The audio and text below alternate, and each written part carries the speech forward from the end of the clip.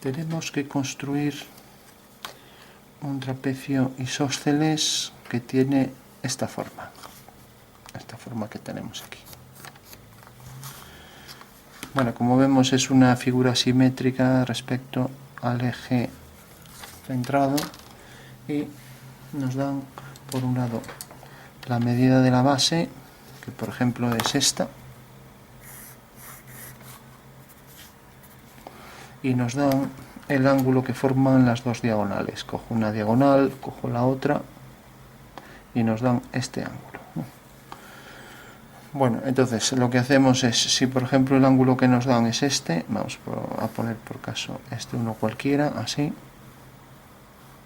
Entonces mediremos con el transportador de ángulos mejor la mitad del ángulo, ¿no? Una vez que lo colocamos aquí, por ejemplo, si esto es 80 grados, pues cogemos aquí 40 y aquí 40.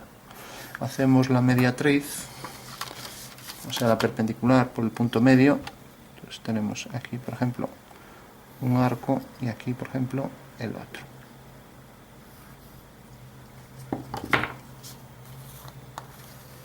Entonces tengo ya el eje de la figura que pasa por el punto medio, por ahí.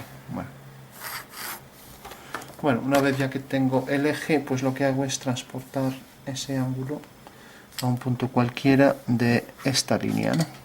Entonces podría coger, pues con el transportador también, o también si quiero hacer una paralela, hago aquí el ángulo de 40 y también haciendo una paralela a esta con la escuadra y cartamón hago aquí el otro ángulo de 40, ¿no? Bueno, entonces como esto no pasa por este vértice, lo que tendré que hacer también por este punto es una paralela a esa línea. Y lo mismo por este punto, una paralela a la otra que pasará por este, necesariamente, por la intersección con la mediatriz. Bueno, entonces decíamos, de la figura pues me darían esta base, que es esto, la medida A, me dan el ángulo y me van a dar también esta medida, la medida que llamaré B. O sea que son los tres datos para construir el ejercicio. Bueno, como vemos, esta medida B corta, si hacemos un arco con centro aquí, corta a esta diagonal, en este punto. Con lo cual, si hacemos ese arco, se habrá acabado el ejercicio. Imaginemos entonces que el lado este B pues mide, por ejemplo, esta longitud. Vamos a ponerlo un poco menor. Por ejemplo, esta longitud.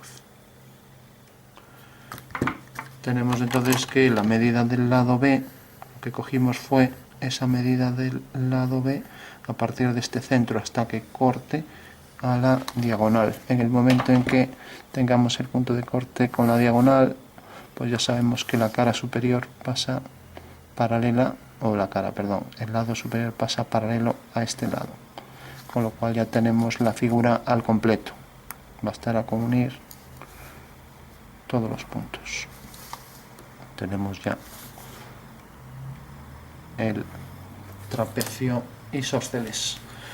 Recordamos que nos dieron la medida de la base, nos dieron el ángulo que formaban las dos diagonales, del que cogimos la mitad de cada lado para hacerlo más claro, y por último cogimos la medida del lado, que era otro de los datos que nos daban para resolverlo.